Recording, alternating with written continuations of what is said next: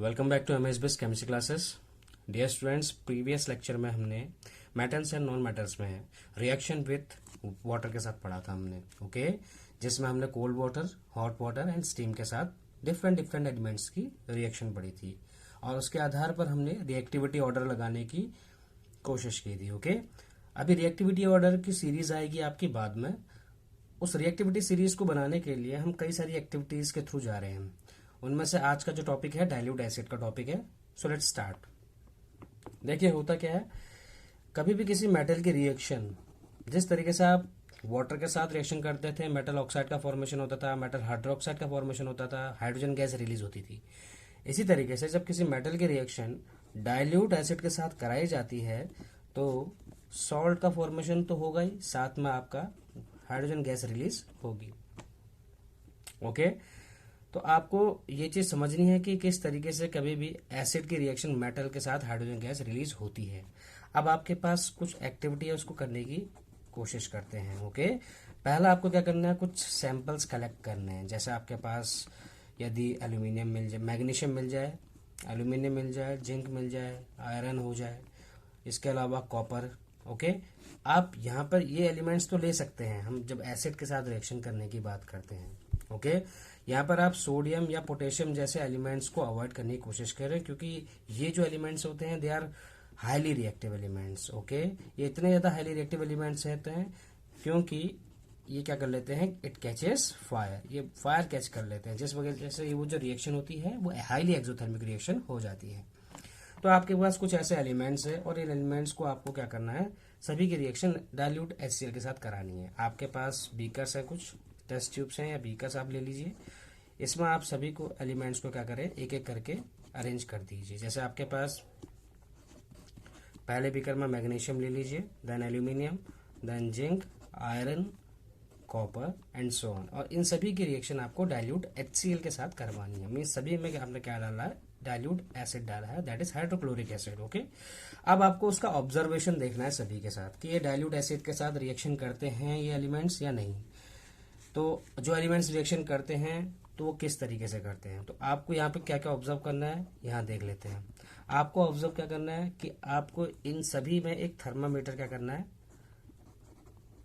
Suspend कर देना है।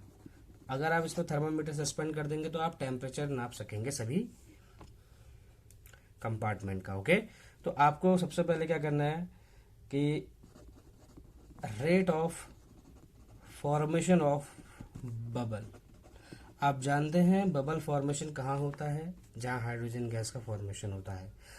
यदि किसी रिएक्शन में हाइड्रोजन गैस का फॉर्मेशन है तो सब पता करने के लिए हम क्या करेंगे, जैसे आपके पास एक टेस्ट ट्यूब है, उसमें हाइड्रोजन गैस रिलीज हो रही है, मीन्स यही रिएक्शन ले ली हमने जिसमें हमने एक डाइल्यूट HCl लिया और उसमें हमने कोई एक मेटल इसके साथ डाल दिया। जब ये इसके साथ रिएक्शन करेगा तो H2 गैस रिलीज होगी। अब ये गैस H2 गैस है, इसका पता कैसे किया जा सकता है, इस H2 गैस के पास में एक लाइटेड कैंडल ले आइए, लाइटेड मैच ले आइए, मैच स्टिक होता है वही लाइटेड वाला ले आइए। जैसे ही इसके करीब आएगा तो एक पॉपअप साउंड प्रोड्यूस करेगा। कैसा साउंड प्रोड्यूस करेगा, पॉपअप। ओके, तो जो पॉपअप साउंड होता है, जैसे बोतल ओपनर की आवाज होती है, उसे पॉपअप साउंड कहते हैं। ऐसी साउंड प्रोड्यूस करेगा, इससे हमें पता चलेगा कि वहां पर जो गैस रिलीज हो रही है वो कौन सी गैस है, हाइड्रोजन गैस है।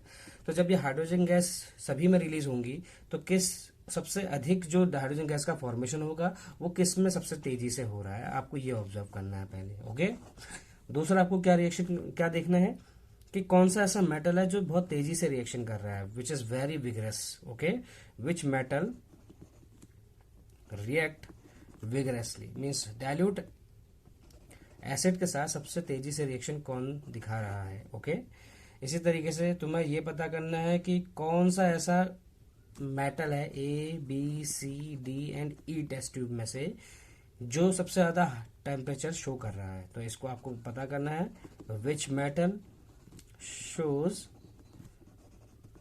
Highest temperature. ओके, अब जब ये सारी चीजें आपको पता चल जाएंगी तो आपको सभी एलिमेंट्स को अरेंज करना है डिक्रीजिंग ऑर्डर ऑफ रिएक्टिविटी में। ओके, तो हम देखते हैं ये एक्टिविटी किस तरीके से डील की जा सकती है। जब आपने ये रिएक्शन की, आपने मैग्नीशियम की रिएक्शन या एल्यूमिनियम की रिएक्शन, सभी की रिएक्शन जब डाइल्यूट एसिड के साथ कराने की कोशिश की, तो आप जानते हैं आपका सॉल्ट बनेगा और हाइड्रोजन गैस रिलीज होगी। सेम ऐसा ही केस किसके साथ होता है, ये आपका एक्सप्लेनेशन है। ओके, ऐसा ही केस आपका मैग्नीशियम के साथ होता है, ऐसा ही केस आपका एल्यूमिनियम हो गया, जिंक हो गया और आयरन हो गया। इनकी रिएक्शंस हम क्या कर सकते हैं, डाइल्यूट एसिड के साथ, मीन्स डाइल्यूट HCl यहाँ पे लिया गया, उसके साथ करने की कोशिश करते हैं। ओके, तो डाइल्यूट HCl के साथ जैसे हमने रिएक्शन किया तो हमें क्या पता चला, एक सॉल्ट बनेगा। मैग्नीशियम का क्लोरीन के साथ क्या सॉल्ट होता है, मैग्नीशियम क्लोराइड। एल्यूमिनियम का सॉल्ट कौन सा होता है, एल्यूमिनियम क्लोराइड। जिंक का होता है ZnCl2 और आयरन का हो गया आपका FeCl3। ओके, और इन सभी के साथ कौन सी गैस रिलीज हो रही है, हाइड्रोजन गैस रिलीज हो रही है। ओके, लेकिन कुछ एलिमेंट्स ऐसे होते हैं, एक्सेप्शन है यहाँ पर, आप इसको जरा नोट डाउन करें अच्छे से। कुछ एलिमेंट्स होते हैं ऐसे जो वो क्या करते हैं, मेटल्स जैसे, वो अगर HNO3 के साथ उसकी रिएक्शन करा दी जाए, HNO3 के साथ जब रिएक्शन करते हैं तो वो मेटल्स कुछ भी बनाएगा। बनाने को क्या बनाना चाहता है, मेटल सॉल्ट बनाना चाहता है, वो A+B का फॉर्मेशन करेगा। अब आपको पता करना है यहाँ पर ये A+B मीन्स A और B यहाँ पर क्या है। एक्चुअली होता क्या है, उससे पहले आपको समझना पड़ेगा ये जो नाइट्रिक एसिड होता है, क्योंकि ये भी एक एसिड है। ओके, जैसे ये एक एसिड है HCl, ऐसे ही एक नाइट्रिक एसिड, इसे हम कहते हैं नाइट्रिक एसिड। ओके, तो ये एक एसिड है, तो एसिड के साथ रिएक्शन क्या करनी चाहिए, सॉल्ट बनाना चाहिए, metal salt plus hydrogen gas का फॉर्मेशन होना चाहिए। लेकिन इस केस में क्या हो रहा है बेटा, इस केस में ये HNO3 का जो नेचर होता है वो स्ट्रॉन्ग ऑक्सीडाइजिंग एजेंट का नेचर होता है। स्ट्रॉन्ग ऑक्सीडाइजिंग एजेंट, आप इसके बारे में फर्स्ट चैप्टर में आपने पढ़ा होगा ऑक्सीडाइजिंग एजेंट्स के बारे में। तो ये स्ट्रॉन्ग ऑक्सीडाइजिंग एजेंट की तरह काम करता है। तो इसका काम क्या होता है उसको हम समझने की कोशिश करते हैं। ओके, नॉर्मली जब कोई मेटल एक एसिड के साथ रिएक्शन करेगा तो उसको क्या बनाना चाहिए, आप जानते हैं कुछ ना कुछ A तो बनाएगा ही बनाएगा। तो पहले हम B का पता करते हैं। B में हमारा यहाँ क्या बनाना चाहिए, H2 गैस, जैसे ये बना रहा था। लेकिन as soon as this hydrogen gas is formed, ये किसके साथ रिएक्शन करने लगेगा, ये जो एसिड है आपका HNO3, स्ट्रॉन्ग ऑक्सीडाइजिंग एजेंट होने की वजह से ये HNO3 क्या करेगा, इस हाइड्रोजन को क्या कर देगा, ऑक्सीडाइज कर देगा। और ऑक्सीडाइज करने के बाद इसको किस में कन्वर्ट कर देगा, वाटर में। इसका अंदर यहाँ पे H2O ना बनकर यहाँ पे किसका फॉर्मेशन होगा, H2O का फॉर्मेशन होगा। ऑक्सीडाइज करने का मतलब यह हो गया कि H2 के साथ ऑक्सीजन को क्या कर देगा, ऐड कर देगा, और जिस वजह से वहां पर हाइड्रोजन गैस का फॉर्मेशन ना होकर वाटर का फॉर्मेशन होगा। और खुद ये जो आपका एसिड है HNO3 वो खुद अपने ऑक्साइड्स में कन्वर्ट हो जाएगा। तो यहाँ A जो होगा उसका क्या होगा, ऑक्साइड होगा, मीन्स ऑक्साइड्स में कन्वर्ट हो जाएगा। और ये ऑक्साइड किसी भी प्रकार के हो सकते हैं। जैसे आपका अगर HNO3 है तो नाइट्रोजन से रिलेटेड ऑक्साइड्स कौन कौन से हो सकते हैं, जैसे नाइट्रोजन N2O, नाइट्रस ऑक्साइड हो गया NO, ओके, नाइट्रोजन डाइऑक्साइड हो गया। ये सभी गैसेस ये जो है आपकी ऑक्साइड्स कहलाती है नाइट्रोजन की। तो इसका मतलब हमें ये समझ में आया, जब आप कोई रिएक्शन कराता है HNO3 के साथ किसी मेटल की, तो वहां पर आपका क्या बनता है, ऑक्साइड का फॉर्मेशन होता है। ओके, साथ में वाटर रिलीज होती है, ये आपको पता होना चाहिए। ओके, अब कुछ एक्सेप्शन इसमें भी है। जैसे आप जानते हैं मैग्नीशियम और मैंगनीज का नाम सुना होगा आपने। अगर बात यही है कि मेटल अगर HNO3 के साथ रिएक्शन कर, कुछ मेटल्स ऐसे होते हैं जो ये प्रोसेस को फॉलो करते हैं। जैसे मैग्नीशियम और मैंगनीज की आपने बात सुनी होगी, ये जब डाइल्यूट HNO3 के साथ रिएक्शन करवाते हैं, जब इसकी डाइल्यूट HNO3 के साथ रिएक्शन होती है तो ये मेटल सॉल्ट का फॉर्मेशन करता है, साथ में हाइड्रोजन गैस रिलीज करता है। ये एक्सेप्शन है आपका मैग्नीशियम और मैंगनीज के लिए, और ये बहुत इंपॉर्टेंट पॉइंट है board exam point of view से। ओके, इसके बारे में आपको पता होना चाहिए। ऐसे कौन से दो ऐसे एलिमेंट हैं जो डाइल्यूट HNO3 के साथ, वेरी डाइल्यूट HNO3 के साथ रिएक्शन करते हैं तो सेम रिएक्शन शो करते हैं जैसा वो नॉर्मली किसी डाइल्यूट एसिड के लिए शो करते हैं। जैसे मैंने आपको यहाँ पे बताया, जैसे ये रिएक्शन है आपकी। ओके, मेटल जब किसी डाइल्यूट एसिड के साथ रिएक्शन करेगा तो सॉल्ट और हाइड्रोजन गैस रिलीज करेगा। इसी तरीके से आपको यहाँ पे भी बताया गया कि मेटल यदि किसी एसिड के साथ रिएक्शन करेगा तो क्या बनाएगा, मेटल सॉल्ट बनाएगा और H2 गैस रिलीज करेगा। ये था आपका एग्जाम पॉइंट ऑफ व्यू से बहुत इंपॉर्टेंट टॉपिक। ओके, इसके अलावा अभी आपको एक कॉपर के बारे में भी बताते हैं, क्योंकि आपने एल्यूमिनियम के बारे में पढ़ लिया, जिंक के बारे में पढ़ लिया है, आयरन के बारे में पढ़ चुका है और मैग्नीशियम के बारे में आपने पढ़ लिया है। अब आपका जो रह गया है वो है कॉपर के साथ रिएक्शन। ओके, जब कॉपर की रिएक्शन हम करवाने की कोशिश करते हैं, किसके साथ? डाइल्यूट एसिड के साथ रिएक्शन करवाते हैं। अभी तक हम करते हुए आए हैं। यहाँ पे डाइल्यूट एसिड कौन सा है? Dilute HCl। तो होता क्या है, यहाँ पे किसी भी बबल का फॉर्मेशन नहीं होता है, नो बबल फॉर्मेशन। पहली बात तो हमें ये पता होना चाहिए। इसके अंदर हाइड्रोजन गैस यहाँ पे प्रोड्यूस नहीं होती। ओके, इसके अलावा हम क्या कह सकते हैं यहाँ पे कि जो आपका टेम्परेचर होता है रिएक्शन का, टेम्परेचर रिमेन्स अनचेंज्ड। टेम्परेचर में भी कोई बदलाव नहीं आता। आपके पास एक बीकर है जिसमें आपने क्या किया, बाहर से कॉपर डालने की कोशिश की। इसमें आपके पास डाइल्यूट एसिड था, दैट इज HCl। और जैसे ही कॉपर को आपने थोड़ी देर के लिए रखने की कोशिश की, इसका टेम्परेचर आपने नोट डाउन किया, दैट इज 25 डिग्री सेल्सियस है। तो बाद में आपने इसका टेम्परेचर नोट डाउन किया तो तब भी उसका टेम्परेचर 25 डिग्री सेल्सियस ही रहा। इसका मतलब टेम्परेचर कोई बदलाव नहीं रहा और ना ही यहाँ पे कोई बबल का फॉर्मेशन है। इसका मतलब जब ऐसी रिएक्शन होती है तो यहाँ पर ऐसी कंडीशन होती है तो यहाँ पर कोई भी रिएक्शन नहीं होती, सो नो रिएक्शन। तो हम लिख सकते हैं शॉर्ट में कि कॉपर विथ डाइल्यूट एसिड, तो एरो करके हम यहाँ पे लिख सकते हैं नो रिएक्शन। एग्जाम में आपको क्वेश्चन अगर आ जाए what happens when copper reacted with dilute acids, तो आपका आंसर होना चाहिए there will be no reaction. Okay, ये जो आपके एलिमेंट्स है जितने भी, उन एलिमेंट्स को वाटर के साथ रिएक्शन करने पर, और अब हम कर रहे हैं एसिड के साथ रिएक्शन, तो एसिड के साथ रिएक्शन करने पर इसका ऑर्डर हम देख सकते हैं। जैसा क्वेश्चन आपका एक्टिविटी में पूछा गया था कि arrange the decreasing order of reactivity, इसके बारे में भी देख लेते हैं। ओके, इसके अलावा आपसे पूछा गया था एक क्वेश्चन कि बताइए कि rate of formation of bubble सबसे ज्यादा किस में होगा। ओके, तो हम देखते हैं इसका आंसर। एक्चुअली होता क्या है, कंक्लूजन हम ये निकाल सकते हैं उस एक्टिविटी से कि अगर रेट ऑफ फॉर्मेशन की बात करते हैं, rate of formation of bubble की बात करते हैं, तो वो ही एलिमेंट सबसे ज्यादा बबल फॉर्मेशन करेगा जो क्या होगा, सबसे ज्यादा एसिड के साथ रिएक्टिव होगा। तो सबसे ज्यादा होता है मैग्नीशियम। जब मैग्नीशियम की रिएक्शन हम लोग डाइल्यूट एसिड के साथ कराने की कोशिश करते हैं तो जो फॉर्मेशन होता है बबल का, मीन्स हाइड्रोजन गैस तो रिलीज होती ही होती है, ठीक है ना, लेकिन ये फास्टेस्ट रेट में रिलीज होती है। ऐसा क्यों? क्योंकि ये जो रिएक्शन होती है वो कैसी होती है, सबसे ज्यादा एक्सोथर्मिक रिएक्शन होती है, जिसको हम बोलते हैं most exothermic reaction. Okay, heat release होती है जिस वजह से बबल फॉर्मेशन बहुत तेजी से होता है। इसके अलावा जो दूसरा कंक्लूजन हम रिएक्टिविटी का ऑर्डर देखें, अगर डिक्रीजिंग ऑर्डर ऑफ रिएक्टिविटी, तो उसको कैसे समझ सकते हैं। आपके पास कुछ एलिमेंट्स थे, तो उन एलिमेंट्स में जैसे आपके पास एल्यूमिनियम था, जिंक था, मैग्नीशियम था, आयरन था, ऐसे कई एलिमेंट्स थे।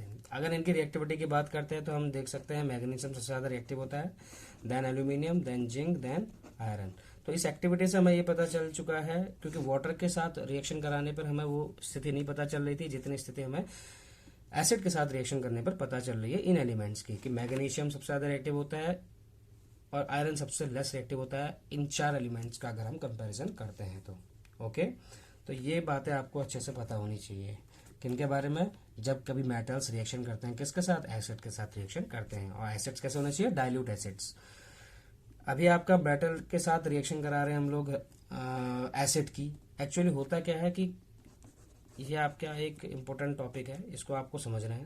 आपके पास एक बीकर है, इस बीकर में आपने कंसंट्रेटेड एसिड ले लिया कोई सा भी, मान के चलिए किंग ऑफ केमिकल्स H2SO4 ले लिया आपने, या फिर आपने इंडिविजुअली कंसंट्रेटेड HNO3 ले लिया, नाइट्रिक एसिड ले लिया, या फिर आप कंसंट्रेटेड HCl भी ले सकते हैं। इसमें यदि आप मेटल्स को डिसॉल्व करने की कोशिश करते हैं, और मेटल्स में भी अलग अलग कैटेगरी के मेटल्स होते हैं। ओके, कुछ ऐसे मेटल्स होंगे जो एसिड के साथ रिएक्शन कर रहे होंगे, और कुछ मेटल्स ऐसे होंगे जो एसिड के साथ रिएक्शन शो नहीं करेंगे।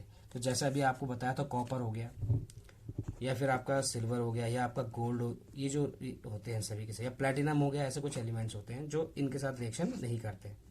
मीन्स वो एसिड में डिसॉल्व करेंगे तो इनमें जो होगा कोई बदलाव नहीं आएगा। यदि हम इसमें कोई दूसरा एलिमेंट डालते हैं, एल्यूमिनियम डाल दें, जिंक डाल दें, आयरन डाल दें, तो ये क्या करेगा, इसमें डिसॉल्व हो जाएगा। तो क्या हो कि हम प्लैटिनम या गोल्ड जैसे एलिमेंट्स को भी एसिड में डिसॉल्व कर सके, उसके लिए हम एक सॉल्यूशन तैयार करते हैं। उस सॉल्यूशन में हम क्या करते हैं, कंसंट्रेटेड HCl लेते हैं और कंसंट्रेटेड HNO3 भी लिया जाता है। इन दोनों का अमाउंट लिया जाता है कुछ रेशियो में, और ये जो रेशियो होता है दैट इज 3:1 रेशियो होता है। Concentrated HCl plus concentrated HNO3, इसे हम नाइट्रिक एसिड बोलते हैं, इसे हाइड्रोक्लोरिक एसिड। इसका रेशियो 3 होता है, इसका रेशियो 1 होता है। ओके, इतने पार्ट्स में जब इसको मिलाया जाता है तो इससे बनने वाला जो पूरा सॉल्यूशन होता है इसको हम कहते हैं AQUAREGIA, एक्वा रीजिया बोला जाता है। एक्वा रीजिया जो होता है एक लैटिन वर्ड है जिसका मतलब होता है रॉयल वाटर। क्या होता है बेटा? Royal water. तो आपको एक कंडीशन समझ में आ गई है कि कब इसके अंदर जब गोल्ड जैसी चीज या प्लेटिनम जैसी चीज को भी क्या किया जा सकता है, इजीली डिसॉल्व किया जा सकता है।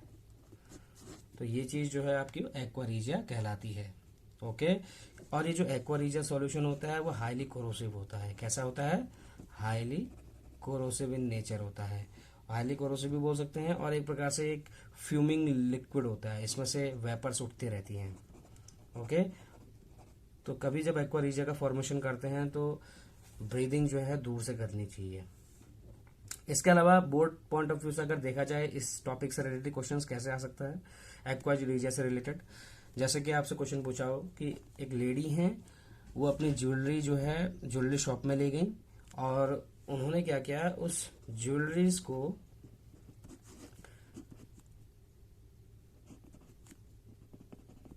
गोल्ड स्मिथ को दे दिया। अब वो क्या करेगा, बर्नर में उसने किसी एक सॉल्यूशन में उसको डिप किया।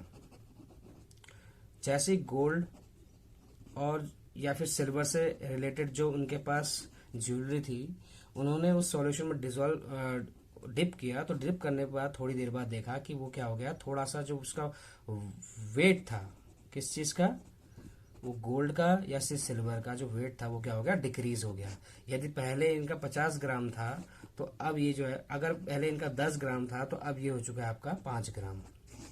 इसका मतलब कुछ ना कुछ गोल्ड का या सिल्वर का जो पार्ट होगा उस सॉल्यूशन में डिसॉल्व हो गया होगा। तो इससे आपका क्या कंक्लूजन निकलता है, आपसे ये क्वेश्चन पूछा गया। तो आपके देखा जाए तो इसके दो जवाब हम दे सकते हैं। पहला जवाब कैसे, समझिए, हम ये कह सकते हैं कि ये जो सॉल्यूशन था आपका वो किस चीज का बना होगा, एक्वा रीजिया सॉल्यूशन का बना होगा। Means the solution is aqua regia solution which is mixture of concentrated HCl and concentrated HNO3 in the ratio 3:1, ऐसा बोल सकते हैं, जो कि गोल्ड और सिल्वर या प्लेटिनम जैसी मेटल्स को भी आसानी से डिसॉल्व करते हैं। ये पहला रीजन आपका। दूसरा आप कंक्लूजन क्या निकाल सकते हैं इसमें? दूसरा कंक्लूजन आप ये निकाल सकते हैं कि जब गोल्ड स्मिथ ने उसको इस बीकर के सॉल्यूशन में डिसॉल्व किया, डिप किया, तो उसके बाद अगर वो डिसॉल्व हो चुका है तो इसका मतलब ये कोई एक एसिड होगा, और इसमें यदि वो एलिमेंट डिसॉल्व हो गया है तो मे बी ये एलिमेंट जो है आपका गोल्ड या प्लेटिनम या सिल्वर जैसी कोई चीज से नहीं बना था। ओके, इसका मतलब वो किसी कोई दूसरा मेटल है, एल्यूमिनियम हो सकता है, मैग्नीशियम हो सकता है, जिंक का हो सकता है, आयरन का हो सकता है, क्योंकि ये जो एलिमेंट्स होते हैं नॉर्मली एसिड के साथ रिएक्शन कर जाते हैं। ओके, लेकिन गोल्ड और सिल्वर या प्लेटिनम जैसे ऐसे मेटल्स होते हैं जो कि आपका एक्वा रीजिया में ही डिसॉल्व हो सकते हैं और किसी दूसरे एलिमेंट में या किसी भी एसिड में डिसॉल्व नहीं हो सकते। ओके, तो आज का टॉपिक यहीं तक फिनिश करते हैं। नेक्स्ट लेक्चर में हम पढ़ेंगे, इससे फर्दर स्टडी करने की कोशिश करेंगे। ओके, आज का टॉपिक जो भी आपको पढ़ाया गया है अगर आपको समझ में आया हो तो बहुत अच्छी बात है। अगर कोई क्वेश्चन हो, क्वायरीज है, तो आप अपने कमेंट सेक्शन में जो है क्वेश्चन पूछ सकते हैं। इसको अच्छे से रिवाइज कीजिए जो भी पढ़ाया है। Okay, till then keep doing work hard.